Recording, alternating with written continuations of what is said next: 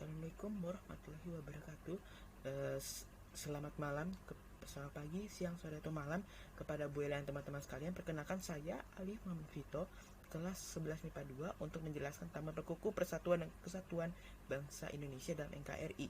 Nah, untuk persingkat waktu, saya akan mulai membahas tentang makna persatuan dan kesatuan. Oke, yang pertama kali kita akan bahas adalah mengenai persatuan dan kesatuan. Tapi apa sih maksudnya? Nah, persatuan itu maksudnya adalah terikatnya beberapa bagian, ya, misalnya bagian sesuatu, bagian lainnya menjadi satu. Ini adalah makna persatuan. Dan kesatuan merupakan satu kondisi dan keadaan yang merupakan satu kesatuan. Jadi kesatuan itulah kondisinya, persatuan itu adalah penyebabnya. Kira seperti itu. Nah, konsep pada kesatuan itu terdiri atas dua, yaitu tentang hakikat alamiah, wilayah, dan pertahanan, keamanan, sosial, budaya, politik, dan ekonomi.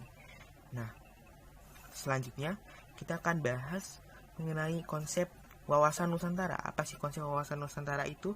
Konsep wawasan Nusantara itu mencakup negara kepulauan,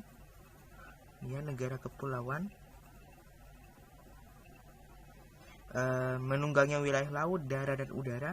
Laut dan perairan merupakan wilayah pokok, dan laut bukan pemisah daratan. Dan kira-kira seperti itu. Oke, saya akan membahas tentang perwujudan konsep kesatuan bangsa. Yang pertama di bidang politik. Yang pertama itu adalah mengutuhkan wilayah nasional. Jadi mengutuhkan wilayah nasional. Yang kedua adalah suku, bangsa, agama menjadi satu kesatuan bangsa yang bulat. Ketiga, secara psikologis Indonesia harus merasa satu. Jadi Indonesia harus merasa satu. Yang keempat adalah Pancasila sebagai dasar ideologi dan falsafah negara. Yang kelima adalah politik yang berdasarkan Pancasila dan tentunya UUD 1945. Oke, yang kedua, perwujudan konsep kesatuan bangsa melalui sosial dan budaya bisa dibedakan dengan masyarakat yang menjadi satu dan budaya adalah satu. Yang ketiga adalah lewat ekonomi. Nah, di bidang ekonomi, kekayaan Indonesia haruslah merata. Yang kedua adalah perkembangan ekonomi seimbang. Yang ketiga, kehidupan perekonomian merupakan satu kesatuan ekonomi. Yang keempat adalah pertahanan dan keamanan. Nah, di pertahanan keamanan ini, ketika sebuah ancaman berada di sebuah daerah di Indonesia, itu berarti satu Indonesia merasa mendapat ancaman tersebut. Oke? Yang kedua adalah setiap warga negara berhak dan wajib untuk bela negara. Oke. Jadi itu sudah 4 poin mengenai politik, sosial, budaya, ekonomi, dan pertahanan keamanan. Terus bagaimana lagi jika kita membahas tentang integrasi? Nah, integrasi ini sangat penting untuk mewujudkan konsep kesatuan bangsa. Nah, integrasi melakukan suatu proses penyesuaian di antara unsur-unsur yang berbeda sehingga menghasilkan keserasian. Jadi, unsur berbeda tadi seperti politik, sosial, budaya, ekonomi, dan keamanan menjadi satu, diintegrasikan. Dan faktornya apa aja sih? Yang pertama ya pasti Pancasila, yang kedua UUD 1945, yang ketiga ini adalah Sang Saka Merah Putih, yang keempat adalah lagu Indonesia Raya, yang kelima adalah bahasa Indonesia, dan keenam adalah Sumpah Pemuda. Dan itu adalah menjadi cikal bakal kesatuan Indonesia. Yang selanjutnya adalah, dan setiap integrasi ini membutuhkan yang namanya nasionalisme dan patriotisme.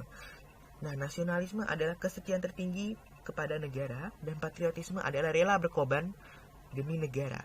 Faktor-faktornya adalah cinta tanah air, rela berkorban, berjiwa pembaharu, mendahulukan kepentingan negara dan kepentingan pribadi, dan pantang menyerah. Itu adalah cara untuk mewujudkan konsep kesatuan bangsa. Selanjutnya saya akan membahas tentang kehidupan bernegara dalam konsep NKRI. Yang pertama adalah konsep NKRI menurut UUD 1945. Yang kedua adalah keunggulan NKRI. Keunggulan NKRI ini terbagi atas beberapa keunggulan. Yang pertama adalah potensi penduduk Indonesia yang sangat besar. Yang kedua adalah keanekaragaman sosial budaya pada Indonesia. Yang ketiga adalah adanya konsep wawasan Nusantara. Yang keempat adalah semangat Sumpah Pemuda. Yang kelima adalah adanya tata kerama. Yang keenam adalah letak Indonesia yang sangat strategis. Yang ketujuh adalah keindahan alam Indonesia yang sangat indah. Dan ini adalah 7 keunggulan dalam NKRI. Oke, di sini kan saya akan membahas faktor pendorong kesatuan dan persatuan bangsa. Yang pertama adalah Sumpah Pemuda.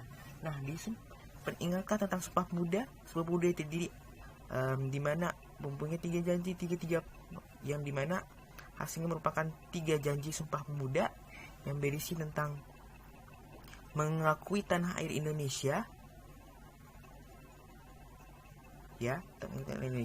mengakui bangsa Indonesia, dan mengakui bahasa Indonesia. Dan itu artinya Sumpah Pemuda merupakan faktor pendorong persatuan dan kesatuan karena mengakui 3 poin ini: tanah air, bangsa, dan bahasa Indonesia menjadi bahasa persatuan Indonesia. Yang kedua adalah dengan Pancasila. Dengan Pancasila di atas 5 poin-poin Pancasila yang mengakibatkan persatuan dan kesatuan bangsa. Apalagi di Pancasila poin ketiga, yaitu persatuan Indonesia. Yang ketiga adalah Bhinneka Tunggal Ika. Bhinneka Tunggal Ika berarti berbeda-beda tapi tetap satu jua. Jadi Bhinneka Tunggal Ika itu menjunjung tinggi toleransi. Menjunjung tinggi toleransi artinya menjunjung tinggi persatuan. Dan menjunjung tinggi persatuan, dan itu artinya menjunjung tinggi kesatuan bangsa.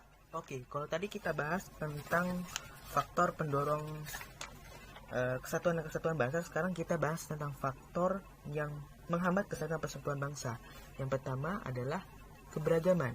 Nah, keberagaman ini dapat melahirkan konflik jika tidak dibarengi dengan kemanusiaan. Nah, yang kedua adalah fungsi geografis. Fungsi geografis ini apabila jika pembangunan tidak merata. Jadi setiap daerah itu menjadi tidak seimbang dan mengakibatkan perpecahan. Yang ketiga itu tentang etnosentrisme. Apa sih etnosentrisme itu? Yaitu tentang suatu kelompok tertentu yang menjunjung tinggi budayanya tetapi merendahkan budaya lain. Yang keempat adalah melemahnya budaya bangsa akibat pengaruh asing. Yang kelima adalah pembangunan tidak merata. Oke, sekian tentang pembahasan. Nah, saya akan menjelaskan tentang perilaku yang menunjukkan sikap menjaga keutuhan NKRI. Yang pertama itu mengamalkan nilai-nilai Pancasila. Yang kedua adalah cinta tanah air. Yang ketiga adalah membawa persatuan dan kesatuan. Yang keempat adalah rela berkorban. Yang kelima adalah menaati segala peraturan. Tadi penjelasan presentasi dari saya juga tidak hanya membaca presentasi dari PowerPoint, saya juga membaca dari beberapa artikel. Dari suatu artikel menjelaskan bahwa saya menyimpulkan bahwa makna persatuan dan kesatuan itu didalangi oleh beberapa etnis yang beragam, yang saling toleransi membentuk suatu kesatuan yang didukung oleh sosial budaya, ekonomi yang merata, dan sebagainya. Nah, di sini juga saya bisa simpulkan bahwa makna persatuan dan kesatuan itu seperti wawasan Nusantara, Pancasila sebagai dasar ideologi negara, kebebasan bertanggung jawab, dan pembangunan yang merata. Oke, sekian dari penjelasan saya. Terima kasih. Assalamualaikum warahmatullahi wabarakatuh.